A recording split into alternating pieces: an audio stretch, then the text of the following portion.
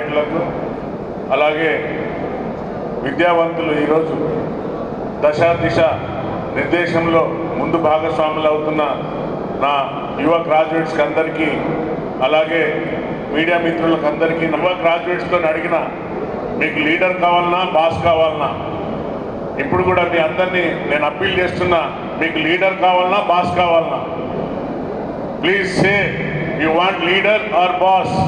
you know the difference between boss and leader boss will SIT in the farm house leader will lead the hour young and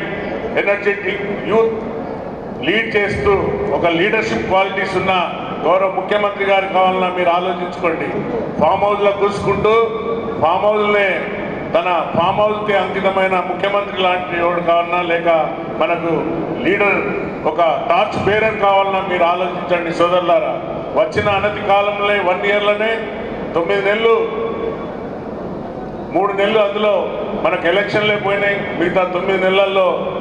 6 నిశలు పనిచేస్తున్న మన గౌరవ ముఖ్యమంత్రి గారు వారి cabinet అంతా కూడా 6 నిశలు తెలంగాణ ప్రజల కోసం ఆలోచిస్తున్నారు యువ వికాసం యువకుల కోసం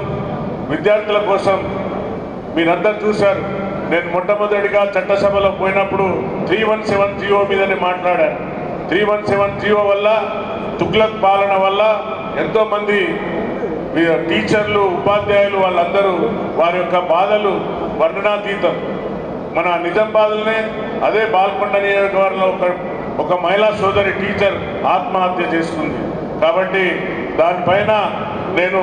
గౌరవ ముఖ్యమంత్రి గారికి నిండు సభలో అసెంబ్లీలో అడిగాను 317 జీవోను ప్రక్షాళన చేయాలనగానే దానిపైన కమిటీ వేయడం జరిగింది టీచర్లకు అందరికీ ప్రమోషన్లు అలాగే స్పోర్ట్స్ కేసెస్ అంటే ఎవరైతే ఎక్కడెక్కడ కావాలో మొన్నను కూడా చూశారు వారికి ప్రమోషన్లు అన్ని విధాల వారికి న్యాయం చేకూర్చిందని భావిస్తున్నా అలాగే మీరందరూ చూశారు ఉద్యోగస్తులకు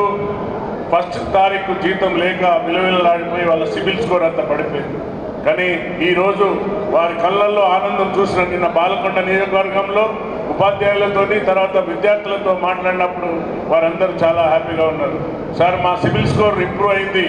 ఫస్ట్కే జీతాలు పడుతున్నాయి అని వారు సంతోషం వ్యక్తం చేశారు కాబట్టి ఒక్కసారి ఆలోచించండి మా యువ గ్రాడ్యుయేట్ సోదరులను నేను అప్పీల్ చేస్తున్నా మీకు ఎవరు కావాలి ఈ యొక్క కాంగ్రెస్ ప్రభుత్వం వచ్చినాక దోచుకున్న నాయకుల పైన ఇంకా వారు మేమే రాజ్యాంగం మేమే ప్రభుత్వం నడుపుతున్న విధంగా ఇంకా ఆ సన్యాసి నిన్న పేపర్లో మొన్న మీడియా ముందుకు వచ్చి కేటీఆర్ అనే సన్యాసి మాట్లాడుతున్నాడు సన్యాసులని సంబోధిస్తున్నాడు మీ అందరి తరఫున మీ తరఫు నుండి నేను అడుగుతున్న ఈ డయాస్కి వెళ్ళి ఆ సన్యాసి నువ్వు 10 ఏళ్లలో ఎందుకు నా విద్యార్థి సోదరులకు ఉద్యోగాలు కల్పించగలేకపోయింది ప్రభుత్వం ఎందుకు ఆత్మహత్యలు చేసుకున్నారు మీరు చేసిన నిర్వాహకానికి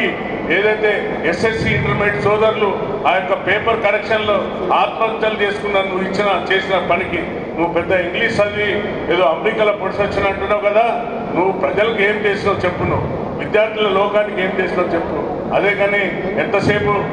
మా ముఖ్యమంత్రి గారికి గౌరవం లేకుండా కాంగ్రెస్ ప్రభుత్వాన్ని ఎంతసేపు సోషల్ మీడియాని అడ్డం పెట్టుకొని సన్యాసులు అని బోధిస్తున్నావు సన్యాసి నువ్వు ఒక్కసారి వచ్చి మీ తండ్రి మీరు ఎంత సంపాదించుకున్నారు మీరు ముందు ఎంత సంపాదించుకున్నారు తెలంగాణ రాకముందు తెలంగాణ కోసం కొట్లాడిన విద్యార్థి లోకాన్ని మర్చి మీరు మీ యొక్క ఈరోజు ధనం ఎంతుంది బయట పెట్టండి మీరు సంపాదించిన దోచుకున్న ధనం ఎంతుంది చెప్పండి అంతకుముందు ఎంతుంది మీ ధనం ఒకసారి మీరు ఆలోచించవలసిన అవసరం ఉంది విద్యార్థులారా కాబట్టి నా గ్రాడ్యుయేట్ సోదరులందరినీ కూడా నేను అప్పీల్ చేస్తున్నా కరెక్ట్ నాయకుడిని ఎన్నుకోండి మన నరేందర్ రెడ్డి గారిని తప్పనిసరిగా మీరందరూ కూడా ప్రథమ ఓటు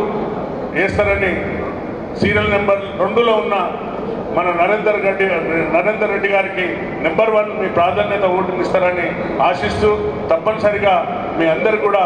సహకరిస్తారని వేడుకుంటూ ముగిస్తున్న జై హింద్ జై కాంగ్రెస్